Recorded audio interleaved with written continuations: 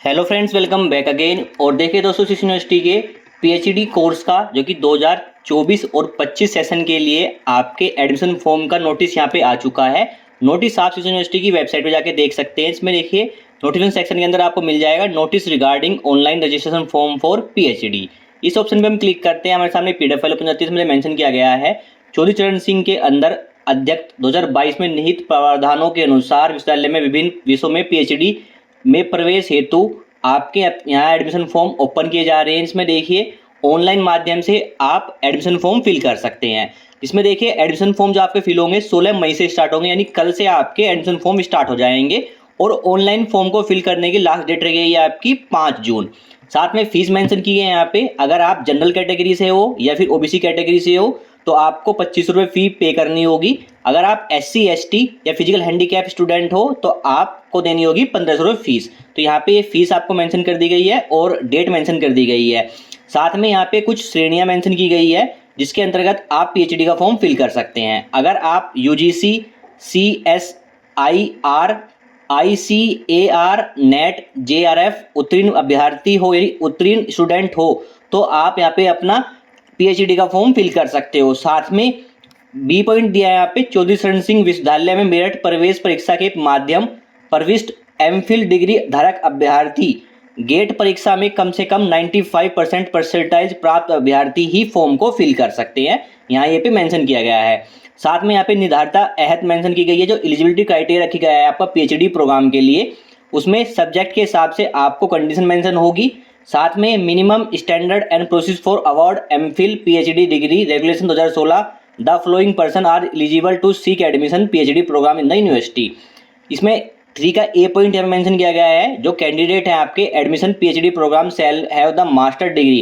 PhD programme वही कर सकते हैं जो उसके पास मास्टर डिग्री हो, और जो मास्टर डिग्री हो उसमें मिनिमम जो उसका परसेंटेज होना चाहिए 55% आपका एग्रीगेट होना चाहिए, तभी आप यहाँ पे पीएचडी के लिए फॉर्म फिल कर सकते हैं। साथ में यूजीसी जो 7 पॉइंट स्केल आपके पास होना चाहिए वो यहाँ पे मेंशन किया गया है। तो एलिजिबिलिटी क्राइटेरिया आप देख सकते हैं। यहाँ पे 5% का रिलैक्सेशन मिल सकता है आपको। यहाँ पे जो रिलैक्सेशन बेस पे आप अगर फॉर्म फिल कर सकते हैं तो 5% का रिलैक्सेशन मिलेगा। बात करते हैं यहाँ पे जो SC ST OBC कैंडिडेट है, नॉन क्रीमी लेयर उनके पास सर्टिफिकेट है, उनके लिए भी यहाँ पे कंडीशन रखी गई है जिसमें 5% आपको रिलैक्सेशन मिलेगा। तो यहाँ पे कंडीशन दी गई है वो आप अच्छे से रीड कर सकते हैं। प्रॉपर मैं यहाँ पे रीड नहीं कर रहा हूँ, सिर्फ यहाँ पे आपको बता रहा हूँ कि कौन कौन यहाँ पे पात्र है। तो यहाँ पे आपको ऑप्शन दिए गए हैं, इनको आप रीड कर लीजिएगा। इसके बाद देखिए मेंशन किया है पीएचडी में प्रवेश हेतु संबंधित विषय में प्रश्नार्थी उपाधि होना आवश्यक है। यानी जो आप यहाँ पे एडमिशन फॉर्म फिल करेंगे, जो भी आप जैसे पोस्ट ग्रेजुएशन आपने की हुई है उसमें पास होना आपका जरूरी है। अंतिम वर्ष या सेमेस्टर में अध्ययन छात्रा पीएचडी फॉर्म भरने हेतु अह होंगे, यानी जो अंतिम वर्ष में है और आपका उसका रिजल्ट नहीं आया है वो पीएचडी का फॉर्म यहाँ पे फिल कर सकते हैं। वो इसमें यहाँ पे अपना आवेदन फिल कर सकते हैं। यानी जो अभी प्रोसेसिंग में है, जिसका अभी रिजल्ट नहीं आया है या फिर एग्जाम दे रहे हैं, वो भी यहाँ पे अपना एडमिशन फॉर्म फिल कर सकते हैं। पीएचडी हेतु उपलब्ध विषय एवं रिक्तियां संलग्न है, यानी इसी साथ में नोटिफिकेशन आपको यहाँ पे मेंशन किया गया है किस सब्जेक्ट की कितनी वैकेंसी है यहाँ पे, और कॉलेज में और कैंपस में कहाँ पे वो मेंशन की गई है।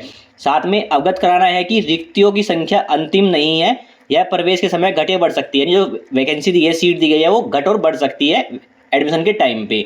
तो यहाँ पे देखिए आपको चयन प्रक्रिया मिल जाएगी। इसमें देखिए मेंशन किया गया है जो स्टूडेंट रजिस्ट्रेशन फॉर्म जो यहाँ पे एडमिशन फॉर्म फिल करेंगे उसमें उसके सारे डॉक्यूमेंट यानी वो उसका एडमिशन फॉर्म सही है, उस केस में उस स्टूडेंट को RAC के समक्ष अपना साक्षरता हेतु उपस्थित होना होगा, जिसके कुल अंक 30 होंगे, यानी 30 अंक उसमें दिए जाएंगे।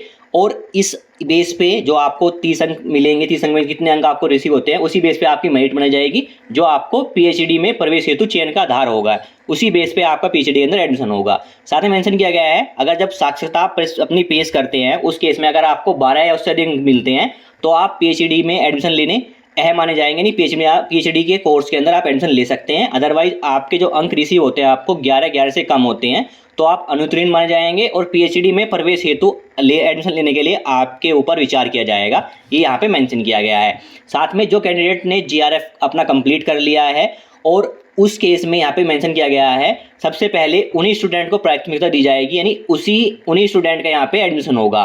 तो यहाँ पे मेंशन किया गया है जो अवसर सबसे पहले जीआरएफ के स्टूडेंट को प्रदान किया जाएगा। जो सीट है उस पर एडमिशन सबसे पहले जीआरएफ स्टूडेंट का होगा और बाकी बची हुई सीट पे फिर मेरिट के अनुसार आपको अवसर प्रदान किया जाएगा। तो जो स्टूडेंट जिस स्टूडेंट ने GRF कंप्लीट कर लिया है अपना, वो डायरेक्टली अपना एडमिशन ले सकते हैं PhD कोर्स के अंदर।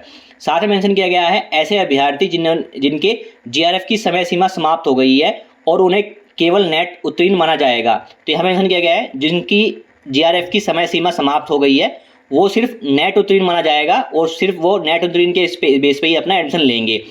साथ ही किसी अन्य प्रकार की फेलोशिप यानी NFSC, NFOBC, इंस्पायर के आधार पर स्टूडेंट PhD में प्रवेश हेतु अहल नहीं होंगे। यानी इन जो फेलोशिप के आधार पर स्टूडेंट अपना PhD के कोर्स के अंदर एडमिशन नहीं ले सकते। तथापि ऐसे स्टूडेंट जो उक्त फेलोशिप के साथ नेट भी उत्तीर्ण हैं प्रवेश हेतु है होंगे। लेकिन जो स्टूडेंट NFC साथ में NFOBC और इंस्पायर के आधार पे साथ में नेट उत्तीर्ण भी है तो वो PhD कोर्स के लिए यहाँ पे अहम माने जाएंगे, नहीं वो PhD कोर्स में एडमिशन ले सकते हैं। ये यहाँ पे मेंशन किया गया है। साथ में मेंशन किया गया है साक्षरता में बराबर अंक होने की दशा में जिस अभ्यर्थी के पोस्ट ग्रेजुएशन में अधिक परसेंटेज अंक होंगे वह प्रवेश हेतु मेरिट में ऊपर स्थान प्राप्त करेंगे।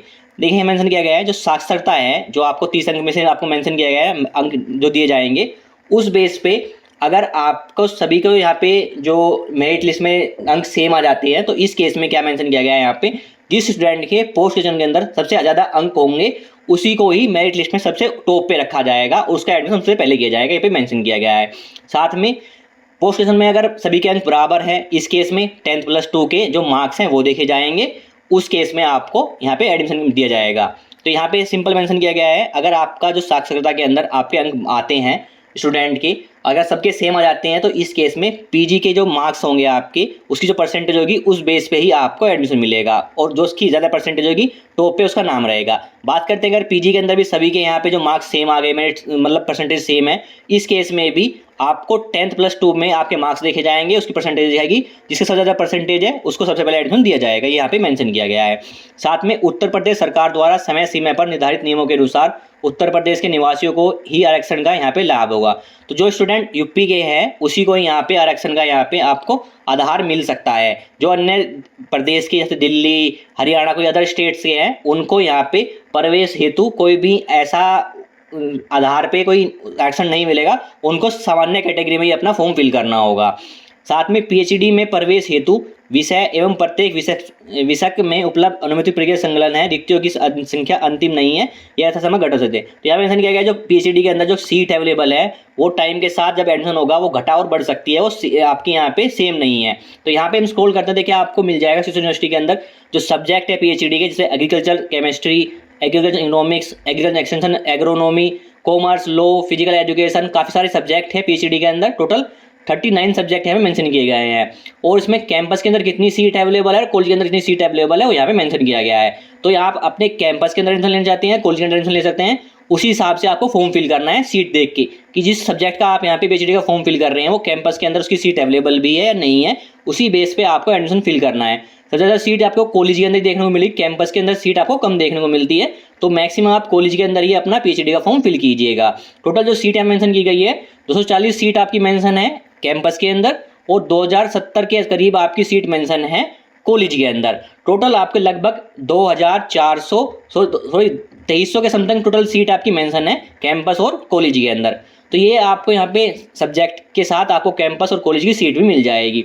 तो यहाँ पे अगर आप अपना अगर यहाँ पे आप अपना एडमिशन फॉर्म फिल करना चाहते हैं तो कल से आप अपना एडमिशन फॉर्म फिल कर सकते हैं। जो स्टूडेंट यूपी के हैं वो क्या करेंगे, सामान्य हैं या OBC वर्ग के हैं तो वो 2500 रुपये फिल करेंगे अपना यहाँ पे फीस। अगर SC ST OBC के हैं तो वो उसको देना होगा 1500 रुपये फीस। अगर कोई अदर स्टेट का यहाँ पे PhD का फॉर्म फिल करता है तो उसको जनरल कैटेगरी के अंदर अपना फॉर्म फिल करना होगा, उसको अपने पे करने होंगे 2500 रुपये फीस। अब एडमिशन फॉर्म कैसे फिल करना है कल मैं उसकी वीडियो बना दूंगा जो चैनल पे आपको मिल जाएगी। उस वीडियो को देखकर आप अपना एडमिशन फॉर्म फिल कर सकते हैं। तो कैसे आपका एडमिशन फॉर्म फिल करना है कल की वीडियो में आप वो देख सकते हैं। आई होप दोस्तों क्लियर हो गया होगा कि PhD के जो फॉर्म ओपन हुए हैं कब से ओपन है, क्राइटेरिया क्या रखा गया है, फीस क्या है और कौन कौन इस फॉर्म को फिल कर सकता है और इसमें जो चयन का प्रक्रिया है वो कैसी है, A to Z जानकारी मैंने आपको इस वीडियो में शेयर कर दी है। Thank you.